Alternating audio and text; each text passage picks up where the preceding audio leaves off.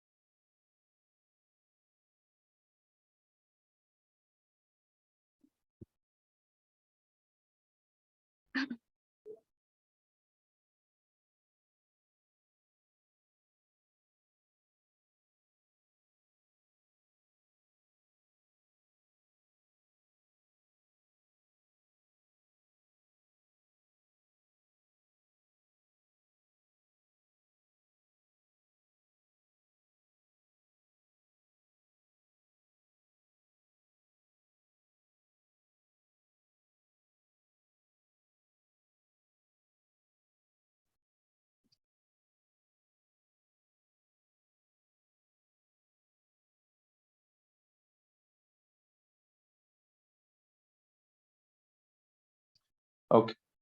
Bismillah ar-Rahman ar-Rahim. Dear respected ladies and gentlemen, Assalamu alaikum and good day for all of you from around the world. Thank you for joining us tonight in the fourth webinar of IVPN Journal Club Season number 3.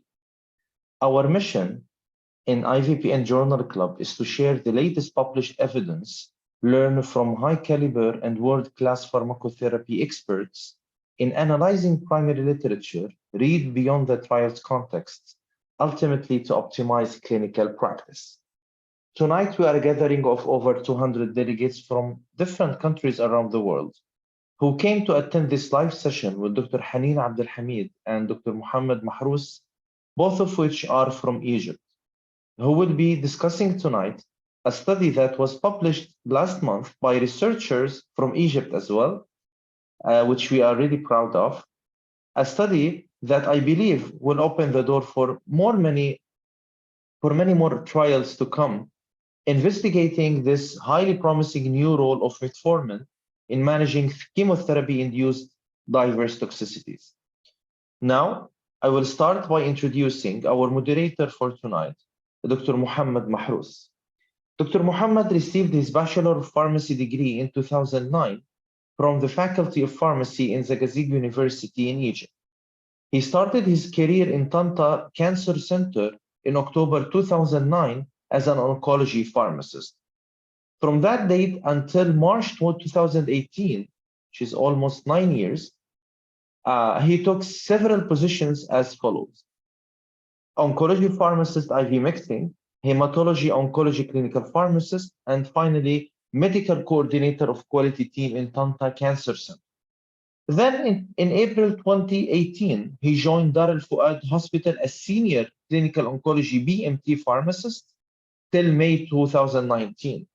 Then Dr. Mohammed joined the oncology and nuclear medicine unit in Egypt Air Hospital to establish oncology clinical pharmacy system there from May 2019 till June 2022. From August 2022, he moved to the United Arab Emirates, where Dr. Mohammed is currently working as senior oncology pharmacist in Burj Medical City in Abu Dhabi, UAE. Additionally, Dr. Mohammed received his master's degree in oncology clinical pharmacy from Tanta University in July 2021. He published and presented many articles and posters in reputable journals and scientific meetings. We are really honored to have such a high caliber oncology expert with us, Dr. Mohammed. Thank you for joining us. and for enriching this webinar with your vast expertise.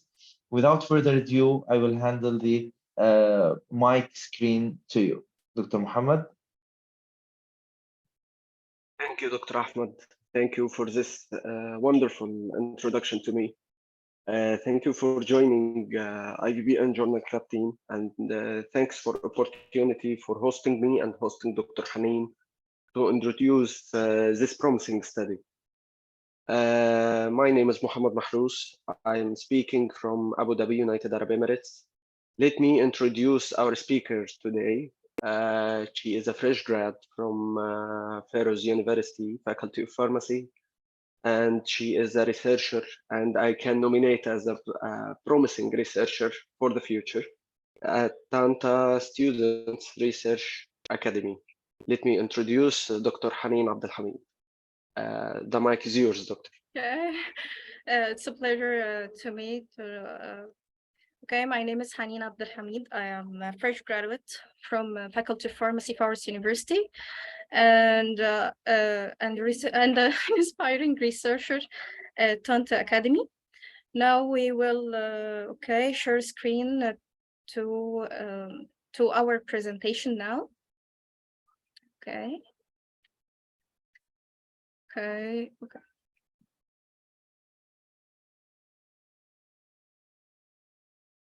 Let's begin to our presentation. It's talking about RCT, the effect of metformin on chemotherapy-induced toxicities in non-diabetic breast cancer patient is a randomized controlled trial which held in Egypt. Here, okay. And this is a screenshot about the study, and they are the authors of this paper: Dr. Manoj and Dr. Amira, Dr. Yasser, Dr. Magid, and Dr. Mahmoud and Dr. Nova.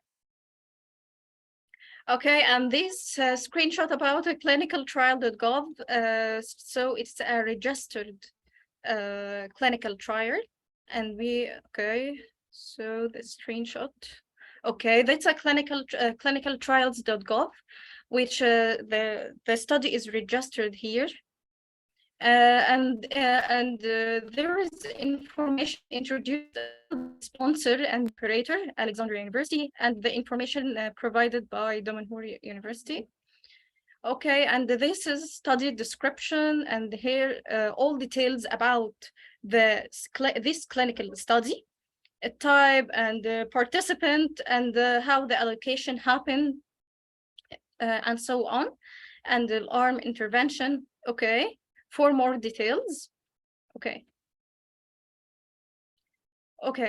now we will go to our RCT and our study. To know that the beginning of any research paper, we know about an intro, and intro it's divided to many sections, that known and unknown information, then the gap, which mean the unknown, then the aim of this study. Okay, let's go to the background information and the known about breast cancer and the triple regimen, about the triple chemotherapy regimen, and the breast cancer and metformin. Okay, breast cancer is the most common type of cancer in females in Egypt and world, and the prevalence of breast cancer in Egypt was 121 per 100,000 Egyptian females. Okay, there is a combination regimen used in Egypt in the neoadjuvant therapy. It's considered neoadjuvant and adjuvant treatment for breast cancer. It's adriamycin, doxorubicin, and combined with cyclophosphamide and weekly doses of paclitaxel. Okay.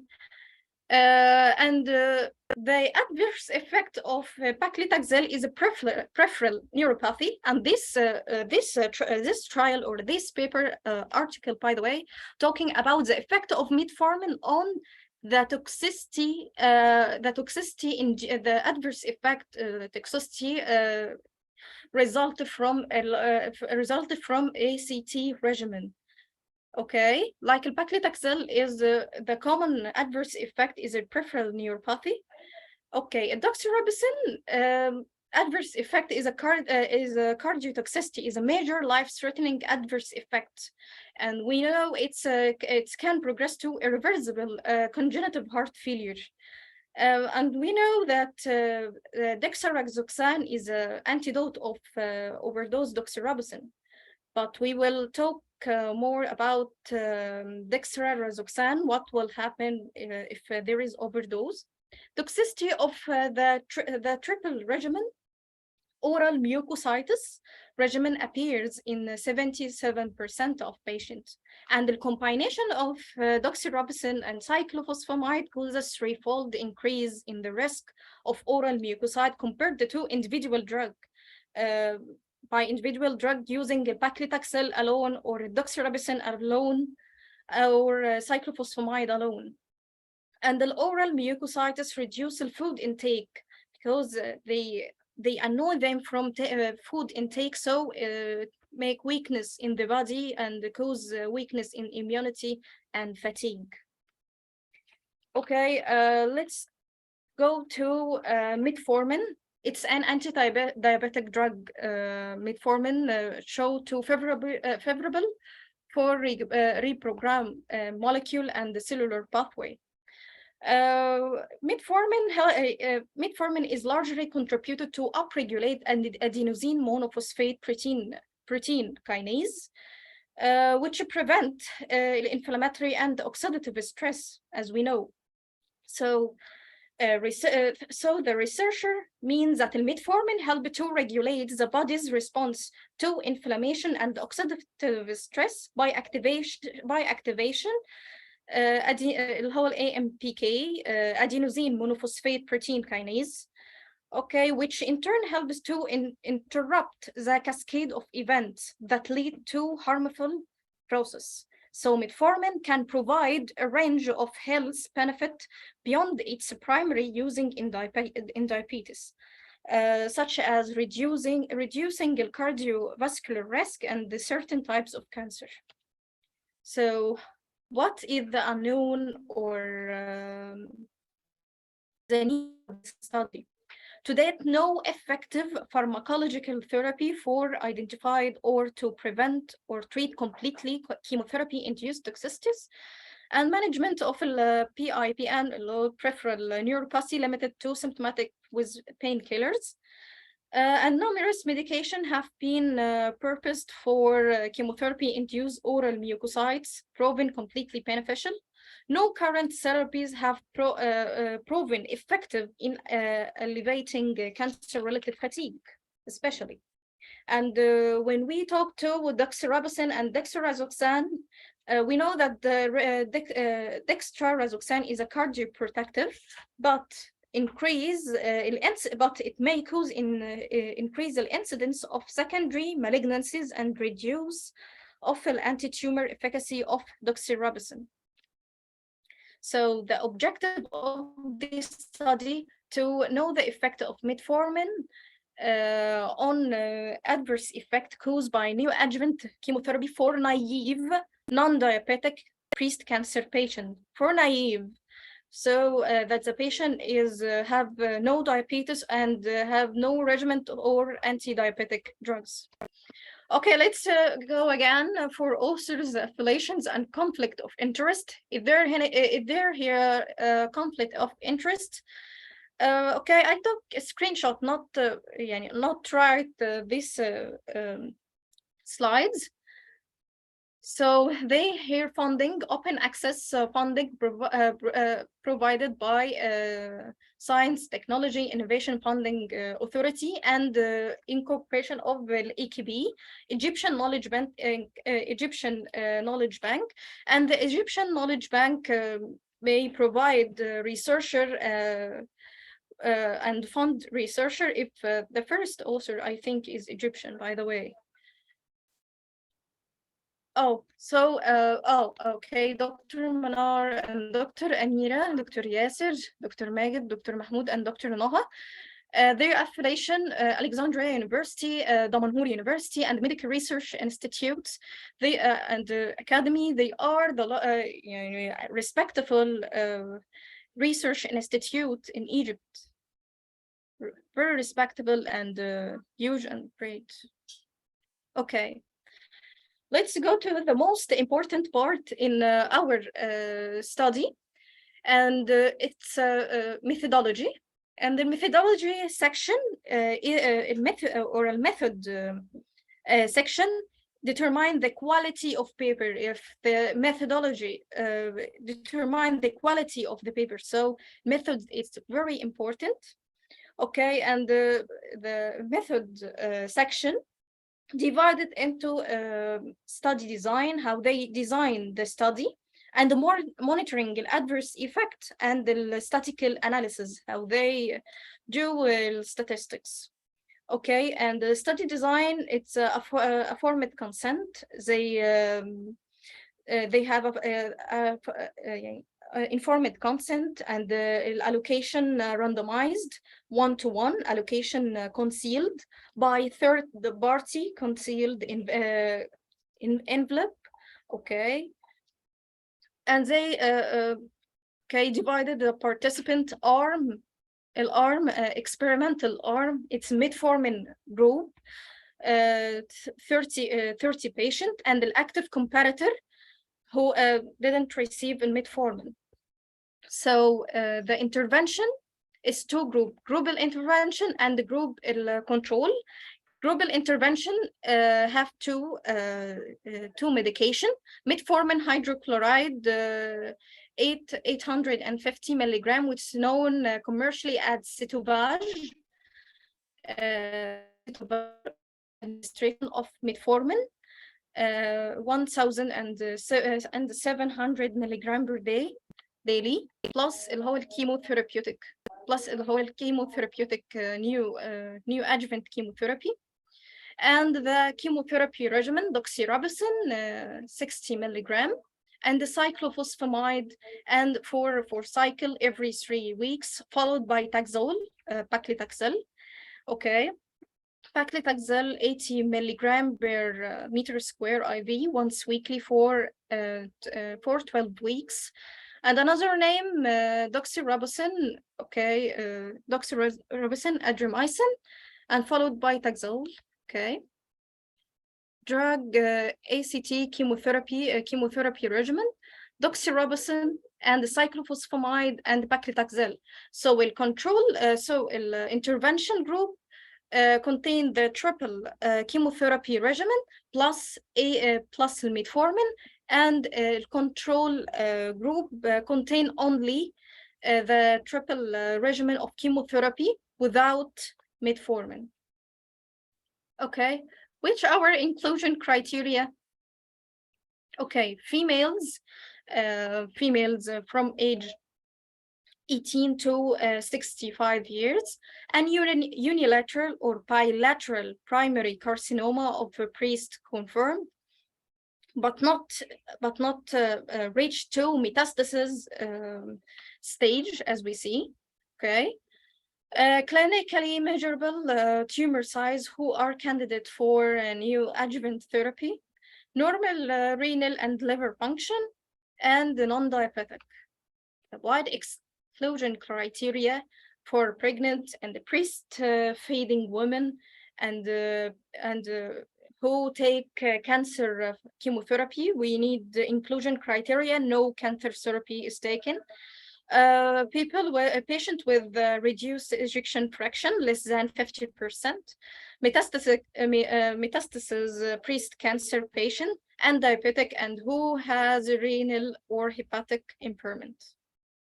So, and this art, okay, this chart, which illustrates the enrollment of patients. He said that 1,663 between, and this trial phase 2 between November 2000 and 2019 and February 2021. Okay, this is in exclusion criteria, not meeting the inclusion criteria. This is number of patients have adjuvant therapy. This is number for diabetic cases and metastasis cases.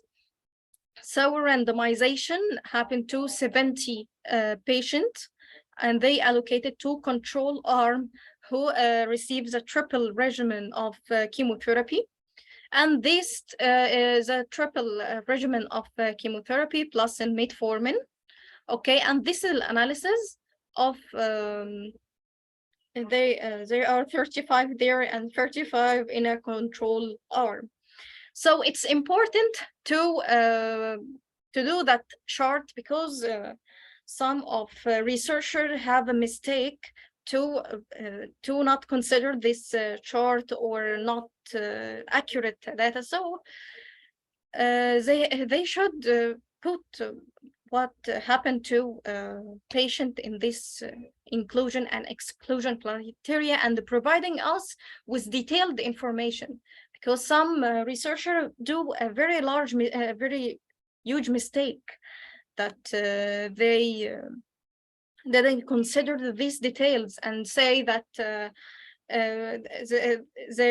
yeah. Okay. And the primary and secondary endpoint. It will be an attribution bias. Primary outcome measure, evaluation and effect of tumor apoptosis, time frame 6 months, tissue level of apoptosis biomarker in the existing tumor, chemotherapy toxicities, time frame 6 months, monitoring the incidence and the chemotherapy toxicities during neoadjuvant therapy, and the secondary outcome measure pathologic complete response rate. Okay. Statistical analysis. We know that all statistical analysis we're performing using Stata version 14, okay?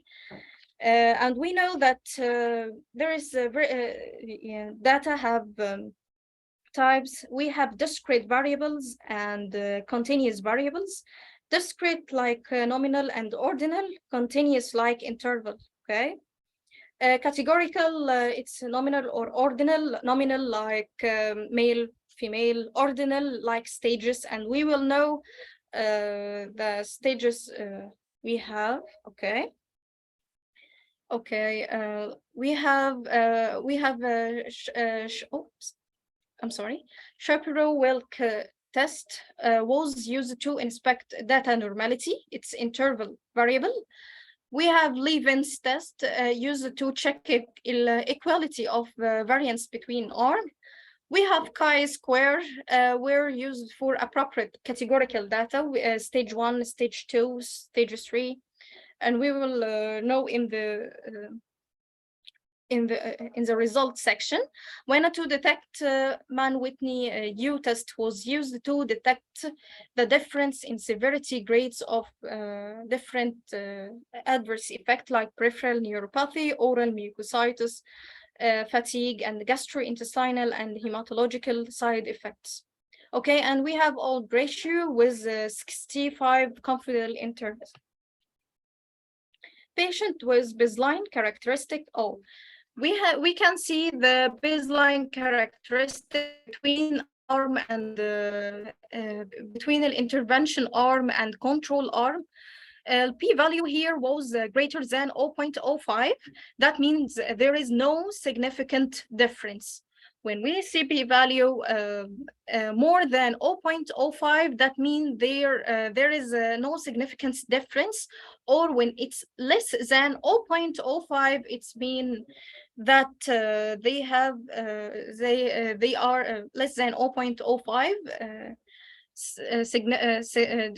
Significant difference. Okay, and as we see here, age is no significant difference between age, menopausal status, pre or post, hormonal and family histories, and history of malignancy.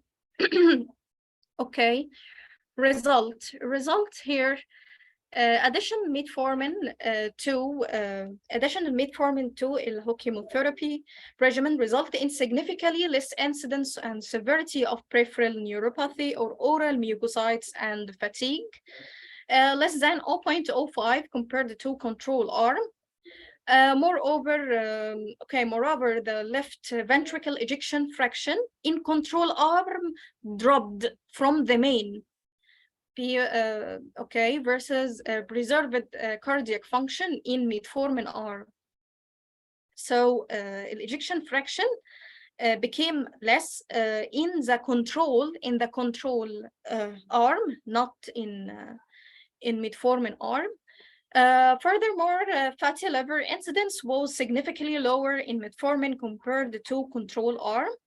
By contrast, but hematological disturbance caused by the triple regimen were preserved after concurrent metformin. So, when metformin has no effect on hematological disturbances. Okay, we have the result. Oh, do you remember that when we said that we have a categorical data? Yes, we have a categorical data to the National Cancer Institute common terminology criteria for adverse event version 5.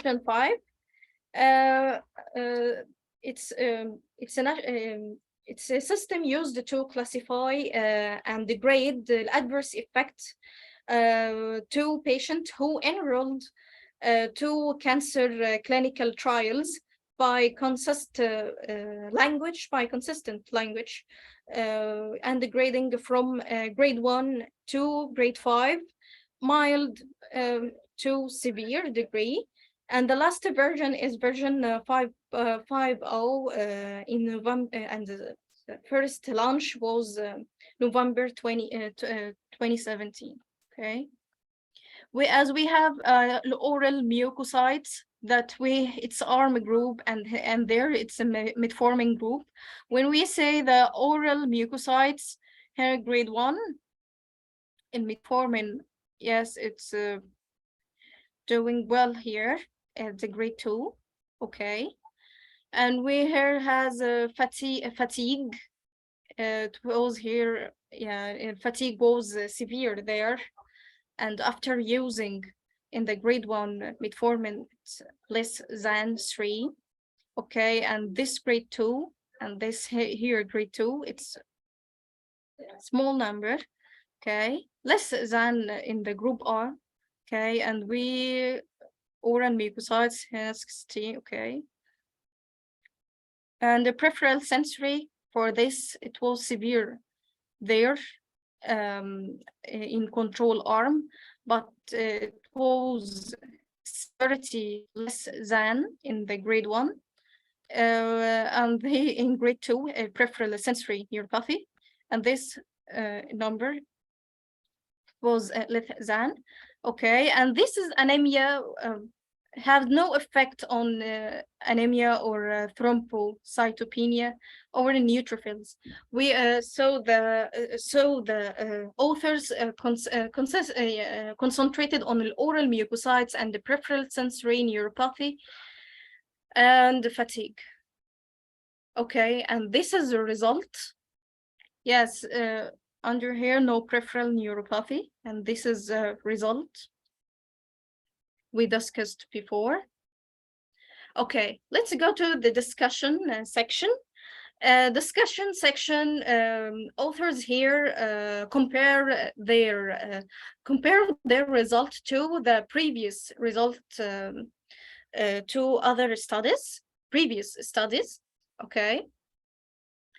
And they said that there is a first randomized control trial in SOAR, a protective effect of metformin on peripheral neuropathy and oral mucosites and fatigue and the cardiotoxicity and the hepatotoxicity induced by the triple regimen of chemotherapy. Metformin displays an anti-neuroinflammatory effect in spinal cord injuries rats, compared to that There are in vivo and previous in vivo studies that show the effect of metformin as anti-neuroinflammatory in rats. And there is another in vivo study, metformin reverses structural brain plasticity accompanied by neuropathic pain in mice. And there is a previous in one clinical trial undertaken in patient with stage 3 colorectal cancer. It's a clinical trial, stage 3, talking about the effect of metformin was found to reduce peripheral neuropathy induced by oxaliplatin. And metformin arm has significantly lower incidence and less severe oral mucositis during the entire neoadjuvant treatment period. And the oral mucositis is well known adverse effect in chemotherapy, in which the generation of reactive oxygen species produces DNA damage. One of previous preclinical studies, metformin administration before indomethacin inhibit the development of a gastric ulcer in rats. And metformin heals indomethacin induce the gastric ulcers because they are mucous membrane like each other. So gastric ulcer, gastric mucosa, oral mucosa. We are talking about the mucosa itself. In rate in a way comparable to the proton pump inhibitor like omeprazole, and metformin offsets radiotherapy induced mucositis. Okay, studies limitation. Study limitation here is it's open label randomized controlled trial. Okay, it's my kind of bias. It was open label. Open label means that the patient and the researcher know both of them, the patient and the researcher, know what treatment they have. And we mentioned before that there are two arm, intervention and control arm. So the intervention have two drugs, metformin and the triple regimen, and the control arm have only the triple regimen. So the patient are aware what they have, but allocation concealment happen. Allocation concealment happen by third person and with closed envelope. And the concealing and allocation concealment happen so that the researcher doesn't know the severity of case or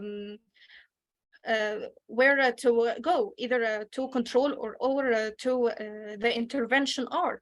They didn't know. But when the patient randomized to their location, either in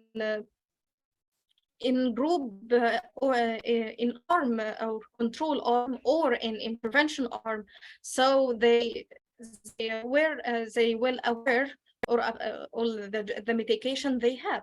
And we cannot deny there is that bias will happen in any trial. So they minimized or reinforced it by measuring specific confirmatory biomarkers for the triple regimen induced toxicities. Okay, let's our to conclusion. Metformin offers therapeutic opportunities for controlling toxicity caused by neoadjuvant chemotherapy in non-diabetic breast cancer. Okay, this is the other trial we talked about before, role of metformin in oxaliplatin and induced peripheral neuropathy in patients with stage 3 colorectal cancer. It's a randomized controlled trial. It's the same, it's same, not the same, it's a close result. Okay, according to my conclusion, overall, the findings of this study are promising and suggest that metformin may be useful addition to the treatment plan for non-diabetic breast cancer patient under result and determine the optimal dose and optimal time of metformin administration. And the researcher have to, by the way, metformin, when it's used prior to their primary use for diabetic patient or diabetic patient, it's type of which is called the drug repurposing. Drug repurposing, it's a very interested field, by the way. And it's consuming time and money for a researcher to reposition or to repurpose the drugs from the original use to another way. Okay, like metformin, it's used for diabetic, and it show a significance or great result with a specific type of cancers like breast cancer or colorectal cancer. Okay, and it's type of time consuming, money consuming instead of de novo drug. Okay, applicability in daily practice. Oncologists may consider incorporating metformin into treatment plan of non-diabetic breast cancer patient undergoing chemotherapy to potentially reduce the incidence and severity of chemotherapy-induced toxicities. However, a decision to use metformin should be made on a case-by-case basis, taking into account the patient individual medical history, current medication, and other factors that may affect the treatment outcome. It's important to consult with healthcare professional before taking this decision, especially consultant. Okay, when especially it happened to a clinical pharmacist, it may suggest these. Suggest these studies and taking the opinion of consultant in this case. Okay. So we have internal validity and external validity. What the meaning? What's the difference between internal and external validity? Internal validity. What we do from the beginning of the session. Okay, we was talking about the research methodology and the information and the gap and the result and the discussion of this study. Okay, and what external validity? When I read about any paper or study, I must see if that study is suitable for my patient or not. Okay, from the exclusion and inclusion criteria we mentioned before. Okay, and the question of the study, we talk about the PICO or PECO, as we pronounce, patient intervention comparison and outcome. And this sheet is used to make a critical appraisal or quality assessment for a paper, and show and see if this study is suitable for my patient and can my patient can. Okay, is suitable for this intervention or not.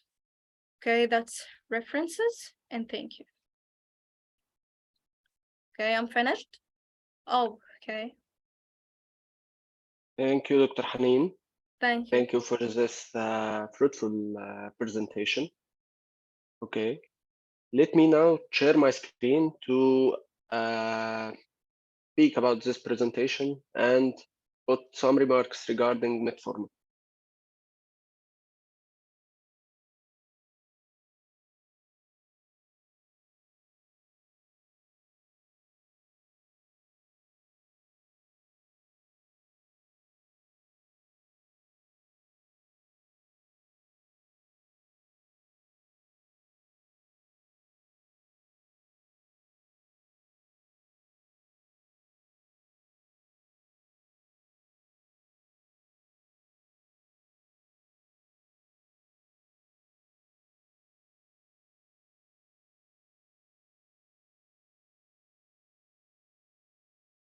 Yes, regarding this this slide conclude the possible chemotherapy side effects that could be happened during chemotherapy treatment, especially in breast cancer, okay, colorectal cancer, or with any type of cancer that we use chemotherapy in, okay. As we see here, regarding this mucositis, it occurs with taxanes, fluoropyrimidines compound like fluorouracil and platinum compound. Regarding cardiotoxicity, which occurs mainly in breast cancer, as the chemotherapy regimens here utilize anthracyclines, okay, as the major potentiating agent for side effect for this cardiotoxicity. Also, peripheral neurotoxicity, which with taxanes and platinum compound. This can be happen with breast cancer, as we use taxanes, paclitaxel, and docetaxel in this treatment plans. Also, peripheral neurotoxicity can occur with oxaliplatin, which one of platinum compounds that we use in colorectal cancer, and some types of adenocarcinoma in gastric cancers also. Okay, to sum up here, I want to discuss the role of metformin among this all chemotherapy side effects.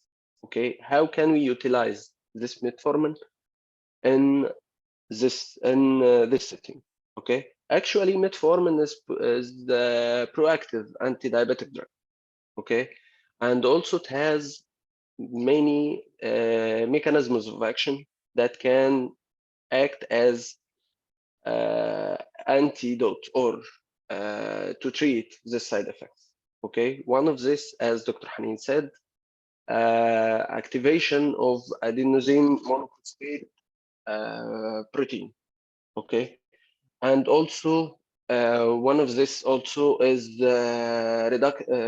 reduction of production, decrease the production of reactive oxygen species, which main player in inflammatory, and also decreasing the inflammatory mediators also. Okay, and also it has two mechanisms of inhibition of mammalian of rapamycin mTOR-C, mTOR complex 1, okay, and also reduction of insulin-like growth factors, which play an important mechanism to overcome the proliferation action of cancer cells. So, to sum up this, okay, metformin is a promising and proactive drug that can treat chemotherapy-induced side effects, and also those mechanisms can open a big door to discuss its role as an anti-cancer drug. But it may require further investigation and further research on animal models first, then efficacy and potency, then detection and implementation of proper treatment plan with proper administration and proper dosing also. This to sum up. Okay. Finally, I would like to thanks the audience for attending this, and I would like to sincerely encourage and welcome you all to join IVPN Journal Club Listserv if you are not yet part of this vibrant community. Also, please note that the certificates of attendance will be issued to you within 7 working days. Session recording and presentation will be uploaded on IVPN website, www.ivpn-network.com. Stay tuned for upcoming activities of IVPN journal clubs and other listservs. Finally, thank you for your trust in IVPN and passion in advancing your expertise. Thank you and have a good day. Now for question and answers. Thank you very much. There is a question and answer. I think I replied to them. One of them was Dr. Heba. Yes, I think she was asking about the allocation and how it was allocated and open label. It's a very good question, by the way. Can I answer it? Okay. Okay, Dr. Mohammed. Sure, Dr. Okay. Hanin. The Okay. mic is yours. Okay. Allocation mean that when you locate your patient or your participant, okay, okay, 1 minute, I may need whiteboard to illustrate it. 1 minute.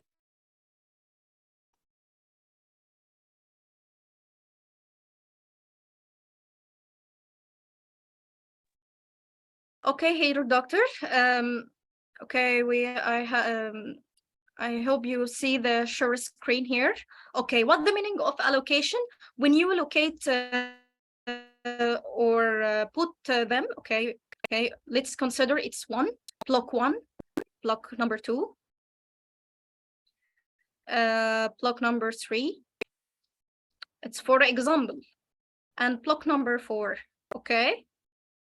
What's the meaning of allocation? When you have a participant and you have to putting them into block or rooms, you will do the clinical trial on it, okay?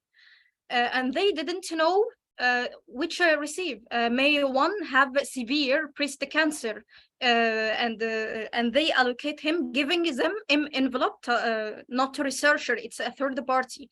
Doesn't know the researcher, doesn't know anyone. Okay, third party give the patient or participant. He may be severe breast cancer. He may mild. He didn't know, and say that he will be in site 1. The another participant will have another envelope and will be in 2 and 3 and 4 and so on. You locate. We mentioned that there were 13 in arm intervention, and the arm and 13 in arm control. Okay, when you putting each participant in each room, you consider that, okay, 1 and 2, sorry, okay, 1 and 2 will be the intervention arm, and 3 or 4 control arm. So, okay, but it's what and open label, it's not related to allocation, it's related to the blinding. What is the blinding? We mentioned before that they want to allocate in their places, okay? They go to their places and they didn't know here in block 1 there is a severe or this is mild, and they didn't know they didn't know their severity or their cases or male or female. But here in the intervention arm, they know or be open label, because the intervention have 2 medicine, metformin and the triple regimen. So it's obvious, it's obvious and clear to them that the intervention group will take 2 medicines and the control group take only 1 medicine. Okay, this is okay. Again, allocation means that you are putting a participant in blocks or in rooms, and the researcher didn't know the specific the criteria of the patient. Okay, to avoid risk of bias, putting severe cases in army group, in a control army group, and to avoid the bias of putting patient patient preferences. Okay, and the blinding, it's related more to the treatment you have. Okay, so it's open labeled because it's known that the intervention group will take 2 medication and the control group will take 1 medication. That's all. Okay, it's understood. You caught it, doctor? Okay, thank you. And there is a previous question to Dr. Who said that if there are reported cases, toxicities about renal impairment? Yes. Not yes. It's relative. Don't worry, Aslan. The metformin is very safe for patients, especially who has. Sorry to interrupt.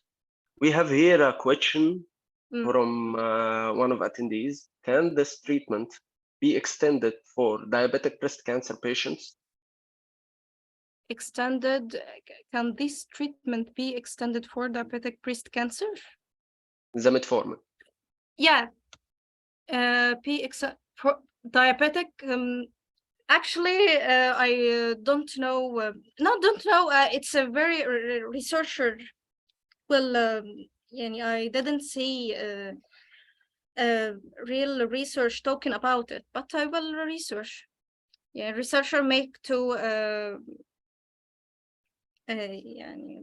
For my opinion, I think opinion, this yes. treatment to be extended or not for diabetic breast cancer, okay, this opened another door for research for diabetic breast cancer patients. As metformin, not the only treatment for diabetic breast cancer patient. We have now gliptins, vildagliptins, saxagliptins, and insulins, and many of recent trends in diabetes.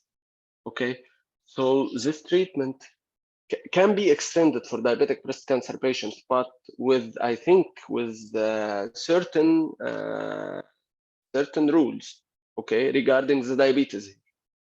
Okay, so another area of research will be opened in this smart question. Thank you.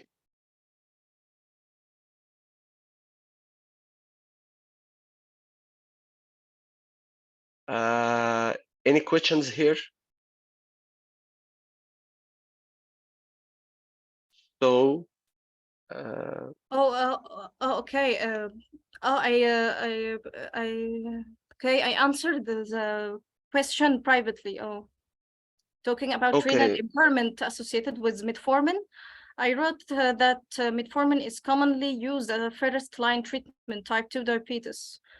Okay, and generally and safe. I see it's safe and well tolerated by renal impairment, and may use small doses. But it, it maybe reports about metformin associated with lactic acidosis in patient with renal impairment, but it's rare. okay. It's my opinion. I think no questions here. Thank you very much, Dr. Haneen, for this fruitful presentation for this study. I'd like to thank the audience for their time and their attendance. Okay, and thank you very much to Trust IVPN Journal Club, and thank you very much for attending this session. Now I will close the session. Thank you for your timings, and see you soon in another activity. Thank you very much.